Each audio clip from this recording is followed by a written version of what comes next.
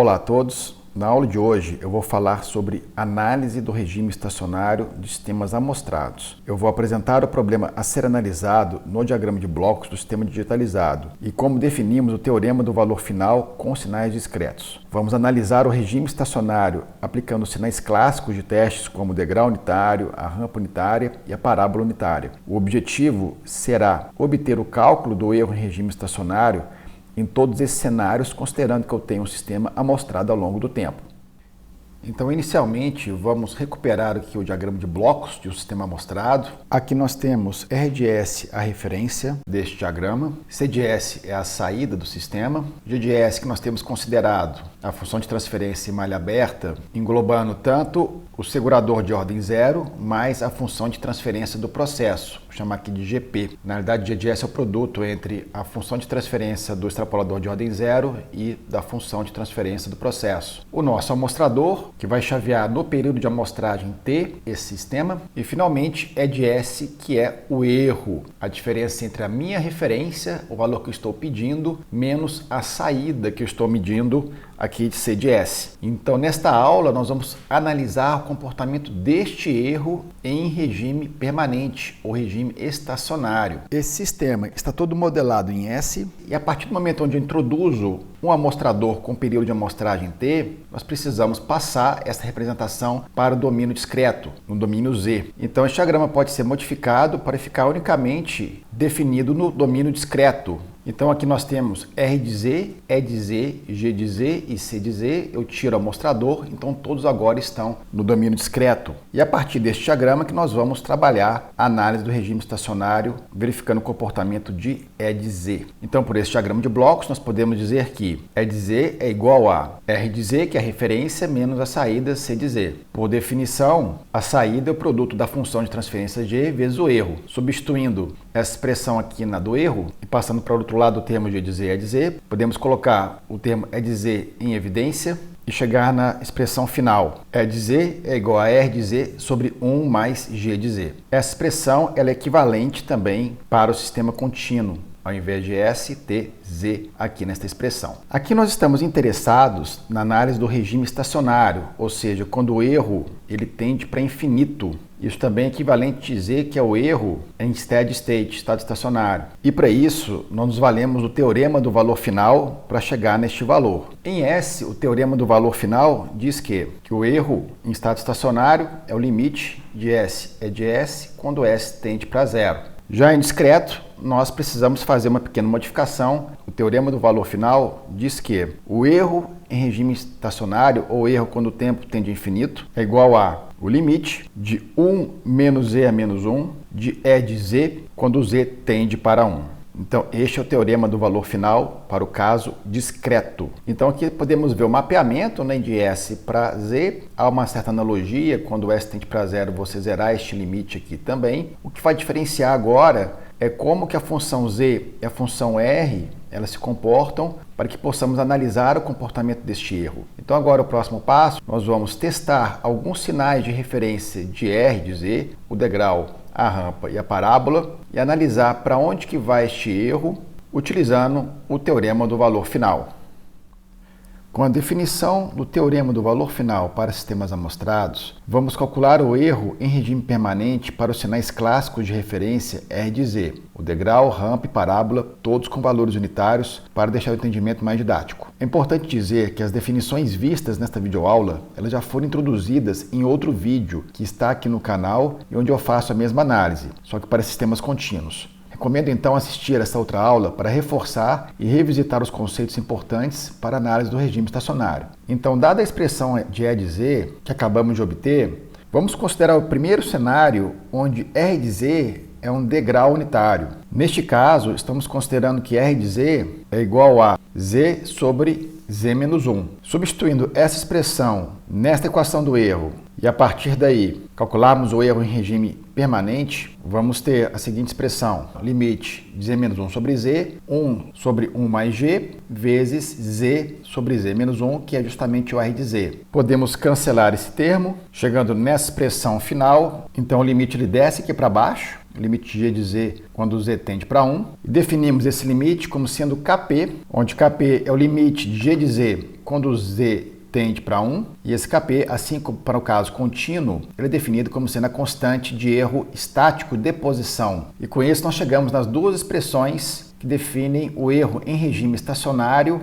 quando a minha entrada de referência é um degrau unitário. Reparem bem que se eu tiver em G de Z um integrador livre, ou seja, um sistema do tipo 1, eu vou ter em G de Z a estrutura de um integrador. Quando o Z tende para 1 e eu tenho um integrador livre, eu vou ter que este termo ele vai para 0 e o Kp ele vai para infinito. Se a minha constante de erro estático de posição vai para infinito, o meu erro em estado estacionário vai para 0. E este é o mesmo resultado que a gente chegou para os sistemas contínuos. A inserção de integradores livres na malha direta da minha planta é muito importante para reduzir ou zerar o erro em regime permanente. O efeito integral ele é muito importante, pois ele atua diretamente no erro em regime estacionário. Vamos considerar agora o segundo cenário, onde R de Z é uma rampa unitária. E a transformada Z da rampa é T, período de amostragem, vezes Z, sobre Z menos 1 ao quadrado. Substituindo R de Z nas expressões e calculando o erro em regime estacionário, nós chegamos nessa expressão. Simplificando os termos e fazendo o mesmo procedimento realizado para o degrau unitário,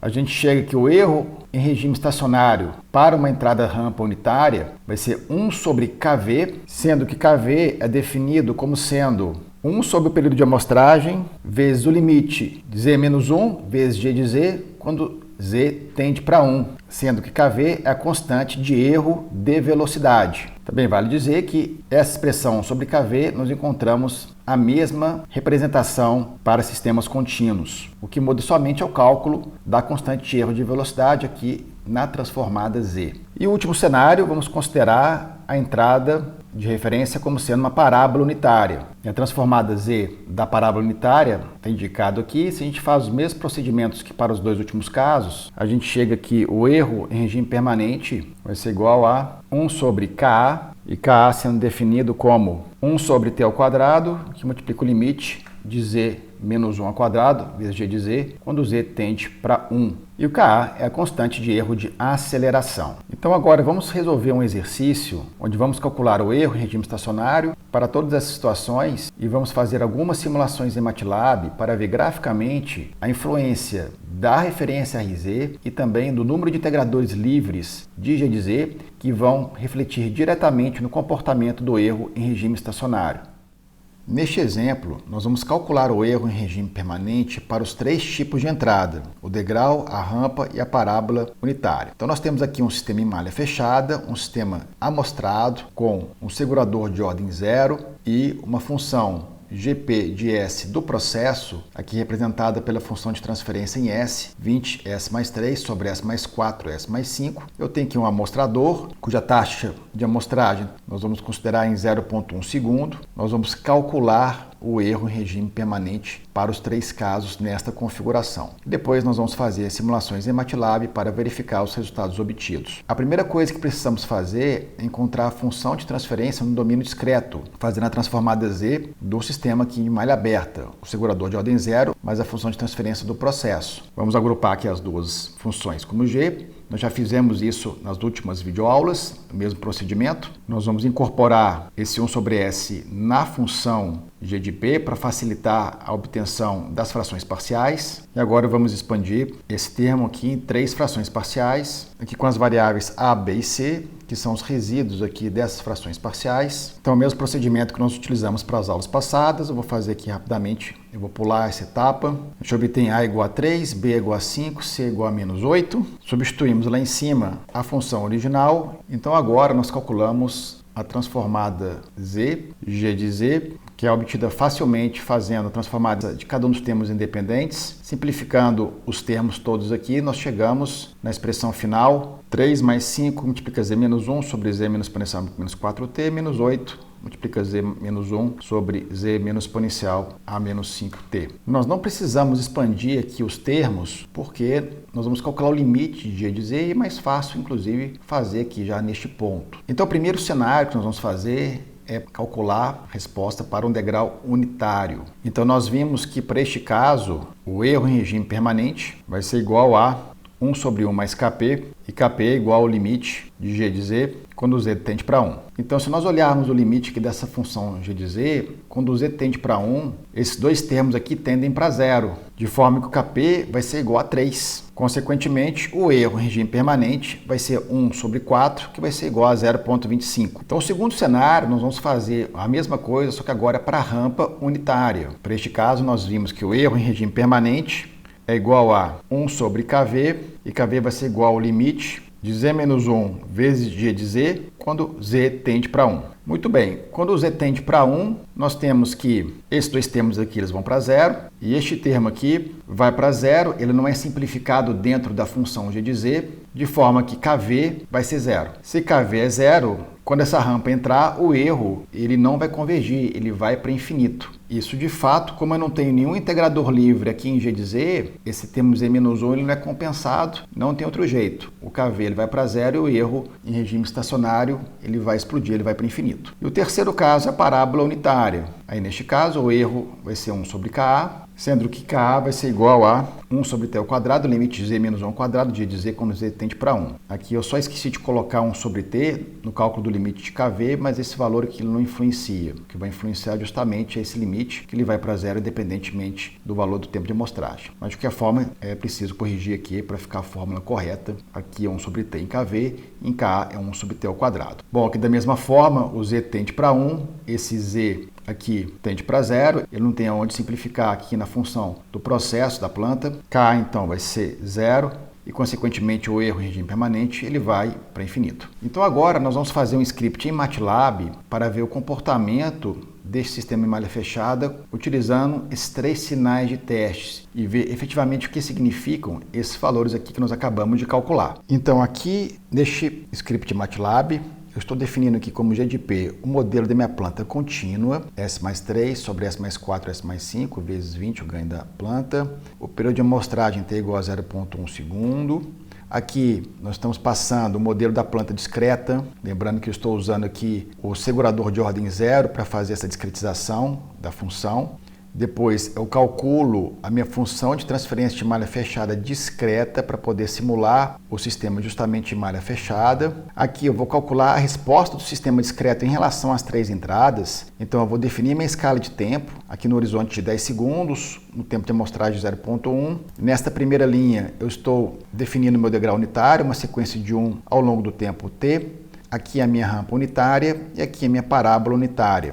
Eu vou utilizar a função LSIM para simular esse sistema utilizando a função de transferência de malha fechada que nós definimos ali. Eu entro com o valor da referência, aqui no caso é o degrau, e depois a escala de tempo. Vou obter a resposta ao degrau em YS do step, a resposta à rampa Y de R e a resposta à parábola Y de P. Eu posso também calcular o erro E de Z para cada uma das entradas. Eu vou calcular o erro do step pegando a minha referência menos o valor medido, fazer a mesma coisa para o erro da rampa, a minha referência menos o valor medido, depois o erro da parábola no mesmo procedimento. Estou subtraindo da saída da simulação o valor da entrada de referência. E depois aqui embaixo, uma rotina para plotar todas as figuras. Eu estou usando o comando subplot para facilitar a visualização e a comparação dos resultados obtidos e também a função stairs, que ela vai me mostrar um plot já amostrado dentro do período de amostragem definido, diferentemente do plot que ele ia interpolar para mim as linhas entre um instante de amostragem e outro. Bom, aqui eu corrigi o título aqui dessas duas figuras e agora eu vou executar. Então esse aqui é o resultado do script que nós acabamos de fazer. Essas duas figuras mostram a resposta ao degrau unitário, um em azul e em vermelho a saída do sistema em malha fechada e aqui o erro correspondente ao degrau unitário. Esses dois aqui é a mesma coisa, a resposta à rampa unitária, aqui o erro da rampa unitária, aqui a parábola unitária e o erro referente a este sinal de entrada. Então aqui podemos ver que, dado um degrau unitário, o sistema está muito oscilante. Nós não vamos nos preocupar aqui com o desempenho em regime transitório. A gente vê que ele converge para um valor em regime estacionário. Se a gente for ver mais especificamente para onde vai o erro está indo para cá. Eu dei um zoom no final aqui do período, então a gente vê que o erro, que é a diferença entre a referência 1 menos o que está de vermelho, ele tende a ser constante, que é 0,25. Justamente o resultado que nós acabamos de obter. Quando t tende a infinito, este valor vai tender a 0,25. Então, este resultado está coerente com os valores que nós acabamos de obter. Já que na resposta à rampa unitária, a minha referência é o azul. A minha resposta do sistema é em vermelho. Então, repare que eu tenho aqui uma boca de jacaré. A referência ela vai se afastando com o tempo da minha resposta. E, obviamente, o erro da rampa unitária só tende a aumentar. Então, por isso que o erro ele tende a infinito quando o tempo tende para infinito também. E a parábola unitária, mesmo procedimento. Eu tenho aqui em azul a referência, em vermelho aqui a resposta. A diferença entre os dois me dá esse sinal aqui de erro. Com o tempo, quando ele vai para infinito, o erro aqui ele só tende a aumentar. Isso está coerente com o resultado que nós acabamos de obter. Voltando aqui para este sistema, e se por acaso eu alterasse o período de amostragem, por exemplo? Vamos supor se a gente alterasse o período de amostragem para 0,5 segundos. A princípio, esse tempo ele não interfere em nenhum cálculo aqui. Mesmo aqui na rampa e na parábola, o valor do tempo ele não interfere porque o erro aqui ia dar infinito do mesmo jeito. E aqui no degrau também não ia interferir, ia ficar em 0,25. Vamos fazer a simulação com o tempo de amostragem em 0,5 e avaliar o resultado. Então, eu só vou vir aqui e alterar o período de amostragem para 0,5 e vou fazer a simulação. Vou executar. Olha só que interessante. Para o período de amostragem igual a 0,5, o sistema ele fica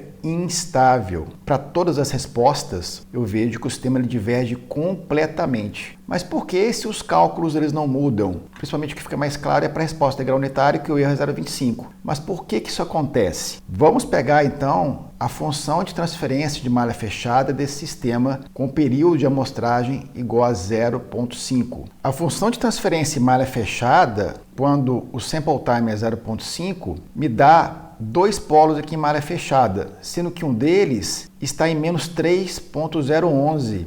Ou seja, em malha fechada, eu tenho um polo instável. Ou seja, o sistema ele não vai convergir para qualquer tipo de entrada, seja ela uma parábola, uma rampa ou um degrau. Então, é extremamente importante, antes da avaliação do desempenho em regime estacionário ou regime transiente, a primeira coisa a ser verificada é se o sistema é estável em malha fechada, dadas as condições de processo. Então aqui não faz sentido calcular um erro em regime permanente se na malha fechada o sistema ele se torna instável.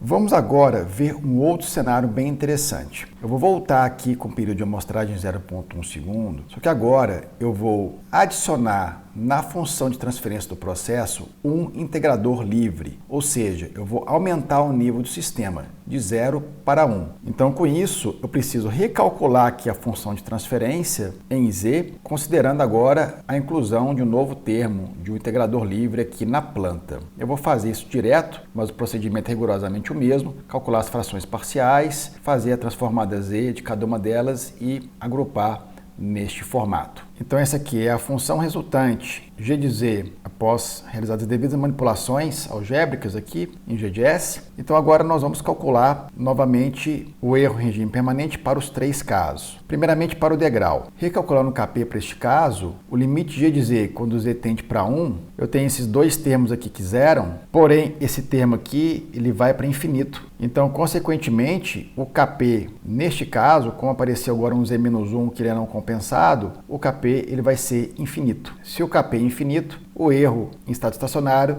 vai para zero. Ou seja, a adição de um efeito integral zerou o erro em regime permanente quando a minha entrada é um degrau unitário. Vamos fazer agora o cálculo para a rampa unitária. Então, este limite ele vai zerar aqui e aqui. Este Z-1 vai multiplicar esse 0,35, então ele vai acabar zerando este termo 0,35 também. Vai sobrar Z-1 que vai compensar com o Z-1, ele vai cortar e vai sobrar somente o termo 3t, que vai simplificar esse t com este t aqui, ou seja, no final, este limite ele vai ser igual a 3. Então, o KV vai ser igual a 3, por consequência, o erro vai ser 1 sobre KV, então ao invés de ser infinito, vai ser 1/3, ou 0,33. Então agora nós melhoramos, antes ele estava indo para infinito, agora é um erro constante. Após um certo tempo, ele não vai divergir mais, ele vai se estabilizar num erro constante de 0,33. Bom, para a parábola unitária,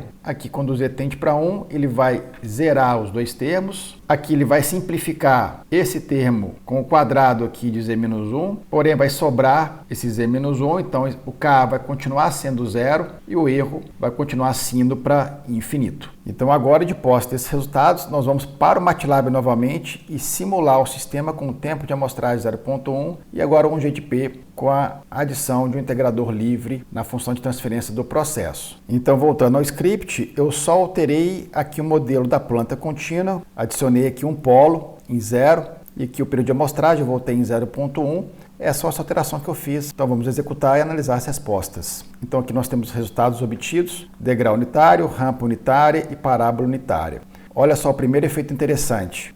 Eu tenho a minha referência em azul e nós calculamos que o erro ele ia para zero. E de fato o que aconteceu? Eu tenho a resposta aqui em vermelho, que ela vai ir diretamente aqui para 1 e o erro me comprova. Eu tenho aqui um erro que ele vai convergir para zero. Então o erro em regime permanente ele foi para zero com a adição de um integrador no ramo direto da função de transferência do sistema. Agora vamos ver a resposta à rampa unitária. Olha só que interessante. Antes nós tínhamos uma boca de jacaré aqui. Agora não, com a adição do efeito integral, nós alteramos a resposta à rampa, fazendo com que essa diferença ela se tornasse constante após um certo tempo. E aqui eu vejo o erro da rampa unitária. Eu tenho o azul menos o vermelho, eu tenho essa resposta aqui de baixo. E se nós dermos um zoom aqui, nós vemos que vai convergir para 0,33 aqui, ó, que é justamente o valor que nós acabamos de calcular, que foi 1 sobre 3. 3 foi a constante de erro de velocidade. Então o resultado ele bate exatamente com os valores teóricos que nós acabamos de calcular. E aqui nós temos a parábola unitária, aqui não alterou praticamente nada, reduziu só um pouco aqui a amplitude de divergência entre as duas curvas, mas aqui nós temos que o erro ele tende a infinito, esse valor aqui com o tempo ele vai aumentar essa diferença, e isso aqui está comprovado obviamente pelo erro, que é a diferença entre a curva azul menos a curva vermelha. O erro, nesse caso, ele vai para infinito, também em conformidade com os valores que nós acabamos de calcular. O último cenário agora, nós vamos fazer a mesma coisa. Vamos alterar o período de amostragem agora para 0,5 novamente. Então vamos ver se o sistema ele vai estabilizar com esse valor. Vamos alterar no script MATLAB. Então aqui eu alterei somente o período de amostragem, mantendo a planta contínua com o nosso integrador livre aqui no modelo e vamos executar. Olha só, diferentemente em relação à última planta, não há divergência, o sistema ele continua estável. Nós alteramos aqui um pouco o regime transiente, mas nós não estamos preocupados com esse comportamento agora. Nós estamos preocupados somente com a estabilidade, obviamente, e também com a questão do regime estacionário. Então aqui nós vemos que para o degrau o erro ele vai para zero, comprovado aqui também. Para a rampa nós temos também um valor, que ele tende a ser constante, não altera o valor final aqui do erro da rampa unitária. Se nós formos ver bem aqui, vai continuar indo para 0,33, porque é justamente o erro, a constante de erro de velocidade, ela é 3, independentemente do tempo de amostragem. A gente consegue ver claramente esse resultado aqui, que o sistema ele fica com erro de 1/3, 0,33. Muda o transitório, mas aqui, como o sistema é estável, o cálculo do erro ele é independente do tempo de amostragem. E a parábola tem um comportamento de divergência, ela vai para infinito, da mesma forma como nós calculamos previamente. Então isso aqui corrobora o fato de mudamos o tempo de amostragem, o sistema continua estável. Os polos do sistema em malha fechada, eles estão dentro do círculo unitário, todos com módulo inferior a 1. Então com isso, nós encerramos essa videoaula sobre erro estacionário. Agradeço a todos novamente pela atenção e nos vemos na próxima videoaula.